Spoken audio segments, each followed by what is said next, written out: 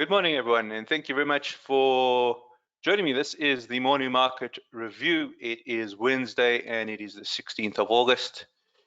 My name is Russell Shaw. I'm a senior market specialist at FXCM. I want to welcome you and thank you very much for signing in this morning. Just want to point out my email address, which is rshaw@fxcm.com. If you would like to correspond with me, that is the email address to use. So just take note of that.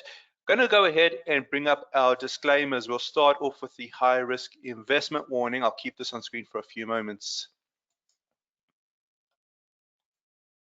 Good morning, Kim. Thank you very much for joining and a pleasure to have you on the webinar. Hey, Raj, good morning to you. Thank you for signing in. So pleasure to have you. Thank you for everyone that has signed in today. It is most appreciated. Thank you very much. I'll just keep the high risk investment warning on screen for a few more moments. We'll go to the top of the hour and then we'll switch to the crypto minute.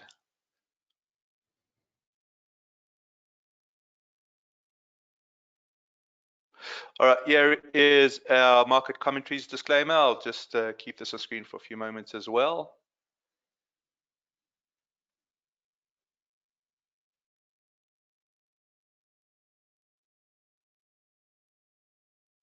And just finally, our references. So we'll use MarketScope 2.0 and TradingView.com. And let's start off with MarketScope. We'll go to TradingView in a moment. I want to just do a quick, I want to have a quick look at the dollar and just wanting to show you that the dollar is moving sideways. Okay, the dollar is moving sideways and it's actually come up into a resistance area here, which looks quite sturdy.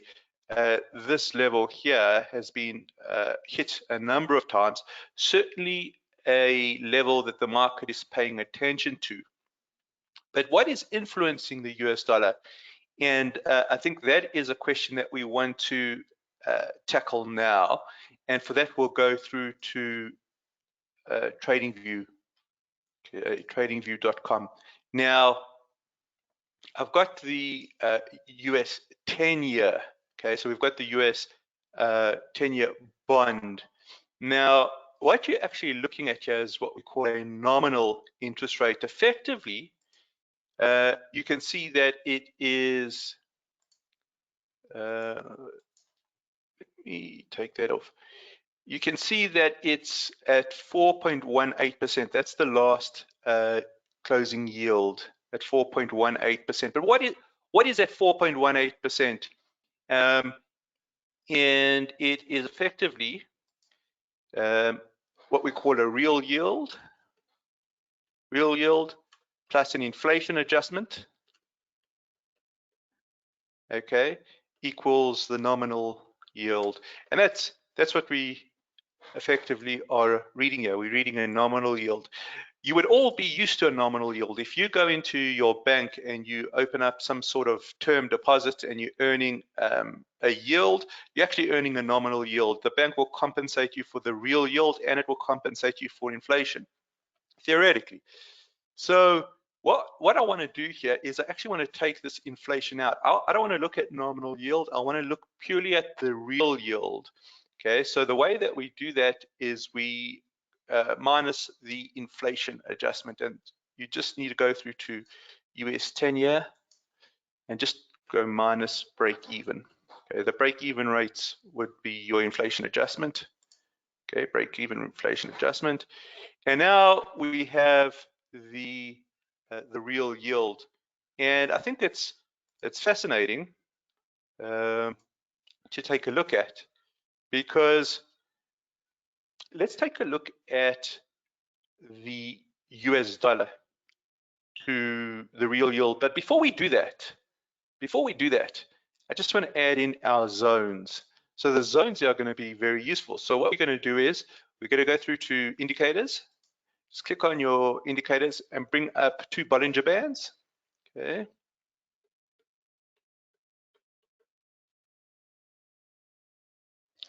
Okay, so just double click on Bollingers. And if you're not familiar with our settings, I'll just run through these very quickly. The first setting, the first Bollinger Band setting will be length 20, standard deviation 2. Take out the basis, we don't need that, and just make the upper and the lower band red. That would do us nicely. The second setting, okay, would be inputs 20. Your length will be 20. Standard deviation would just take that down to 0.75. Okay. Take out the basis, and the upper and the lower just make a royal blue. And now we've got a map. Effectively, what we can see here is that the real yield is in what we call zone 1. Zone 1 is our bullish area between the upper blue and the upper red. Now let's add US dollar underneath this. Okay, so we're going to add the FXCM US dollar.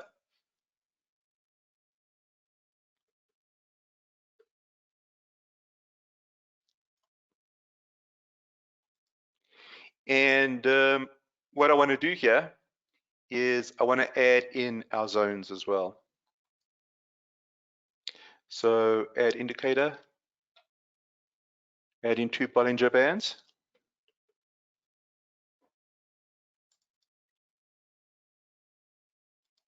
And just change the settings similarly.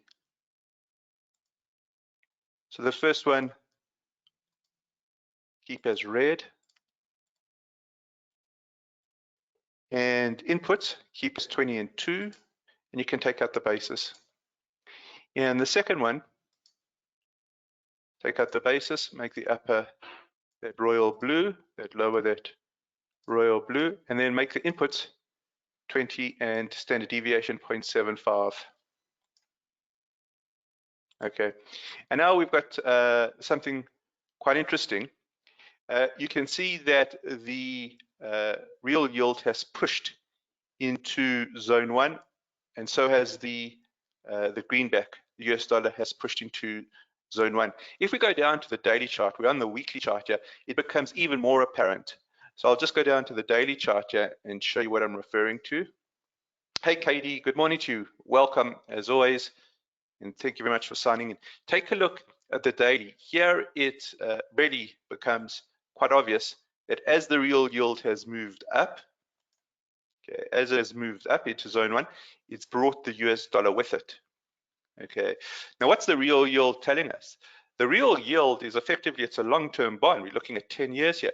It's effectively saying that the market is looking at the real yield staying higher for longer.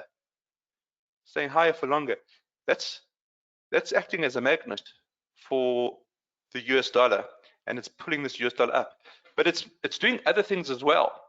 It's doing other things as well. Instead of the US dollar, let's throw in the gold chart. Take a look at this. It becomes fascinating.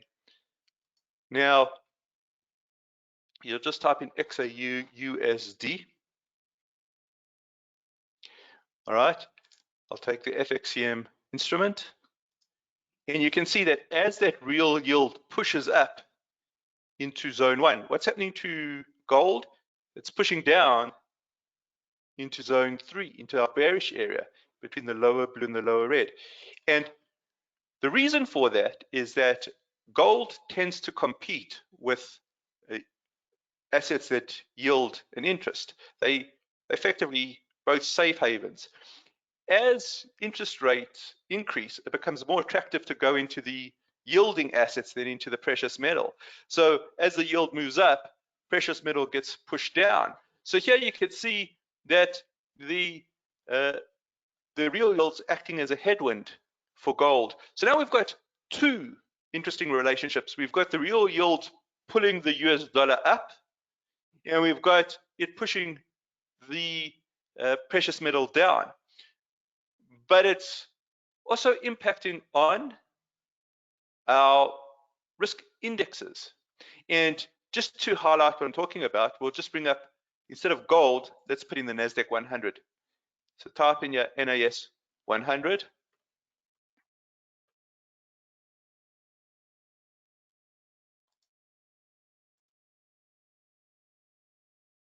And you can see here, as the real yield pushed up, so the NASDAQ 100 is under pressure. It's pushed down into zone 3. It's pushed down into the lower blue, lower red.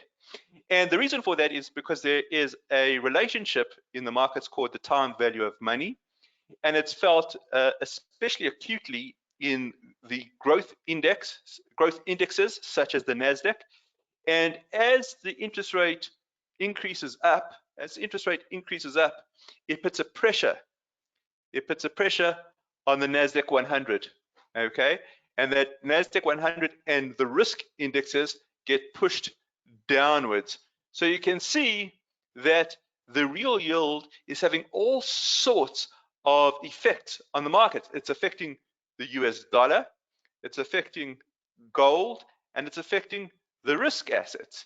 Now, if it's affecting the US dollar, then it's actually affecting other instruments as well. It's affecting euro US dollar, pound US dollar, and all the majors against the US dollar. It's affecting gold, because gold is measured against the US dollar. So it's having a ripple effect through the markets. So what we can do is keep an eye on the real yield. If we keep an eye on the real yield, it should give us some sort of direction. Or signal. And the way we can do that, let's take out the zones and let's put in some sort of signaling device. And one signaling device is an exponential moving average. So what we can do is we can put in the exponential moving average. So just double click on your moving average exponential, and we tend to use a 5-day and a 10-day. So what you can do is you can change the first to a 5 and make it green, and the second one you can change to a 10 and I'll make that orange. And here you can look for golden crosses and dead crosses. So if we saw that there was a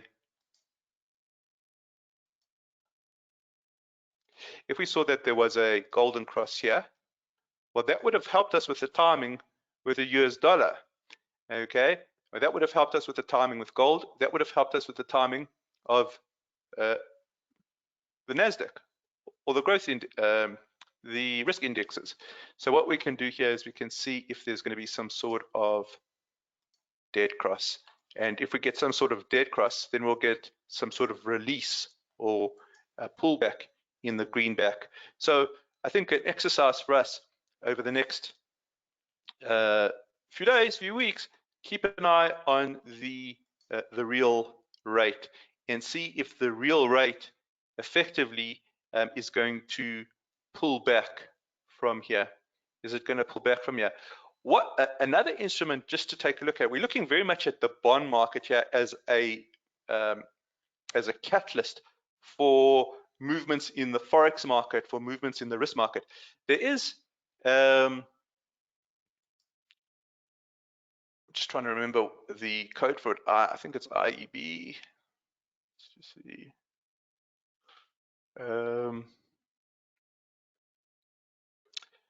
Let's just see, Barclays bond. So what we've been looking at the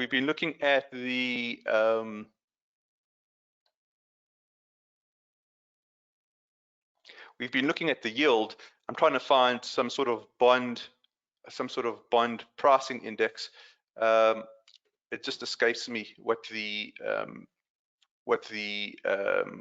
Barclays bond ETF is. We'll just use Tilt here, TLT. So yeah, we're looking at 20-year bond prices, and again, you can see if there is some sort of basing here or not. We've got to make an assessment.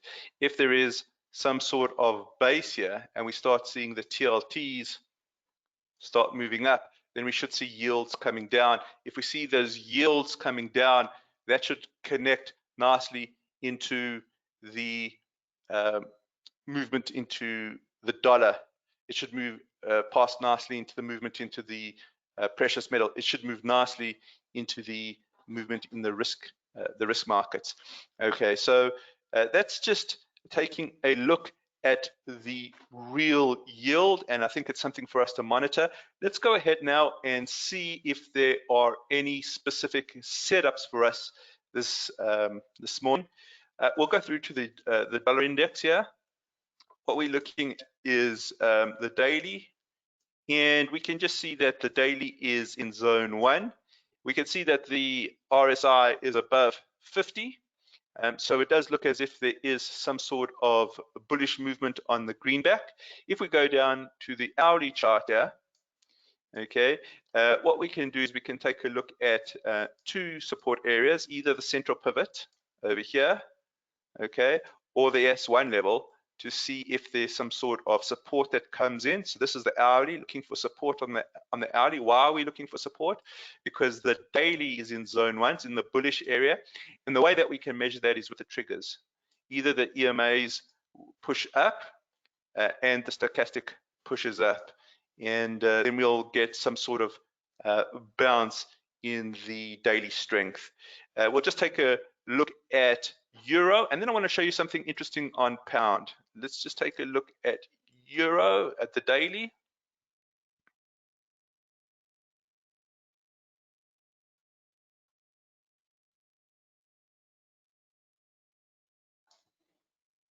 All right, I beg your pardon, my system is just slow on the go here. I'll just give it another few moments, otherwise we'll switch to trading view. Okay, here's the euro. Let's just go through to, let's clean this up.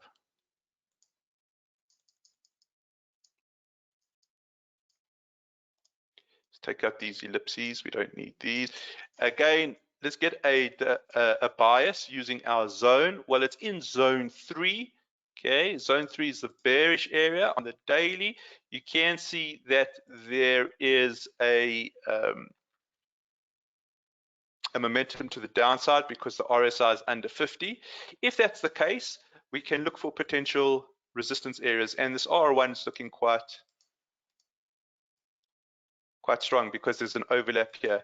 So if there's some sort of movement to R1 and then the EMA is triggered to the downside, we get a trigger 1, trigger 2. That would be the short-term traders aligning themselves with the daily charts. That would be interesting.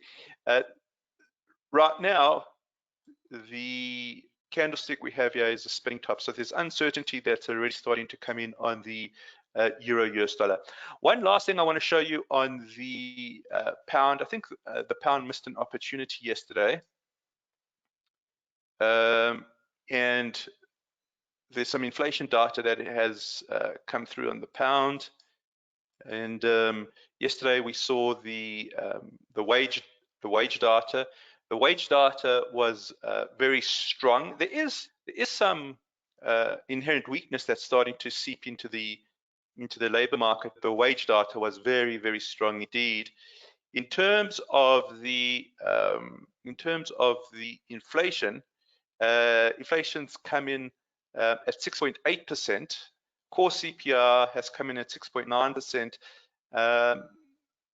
So the headline slightly higher than expected, but lower than last month. The core equal to last month's. So 6.9%. So there does seem to be some sort of moderation in UK inflation. Yesterday, what I was looking at, let's go through here. I was looking for a potential double bottom, and we didn't get it. We didn't get the double bottom. I just want to show you the double bottom. You've got the left part of the W, and here would have been the potential right part of the W. Okay, but we didn't get it. Why didn't we get it? Because we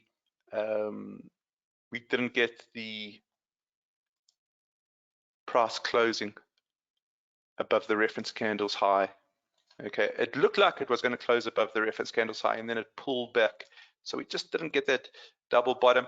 And now that we're looking for potential US dollar strength, okay, it's going to be interesting to see how cable handles today.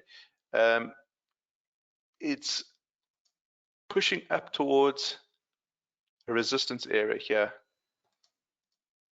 It's pushing up towards, and I just wonder if that resistance area is a key reaction level. And what we can do is we can Just see if the EMAs cross over and if the stochastic crosses over to the downside. All right, let me just see if there's any questions here.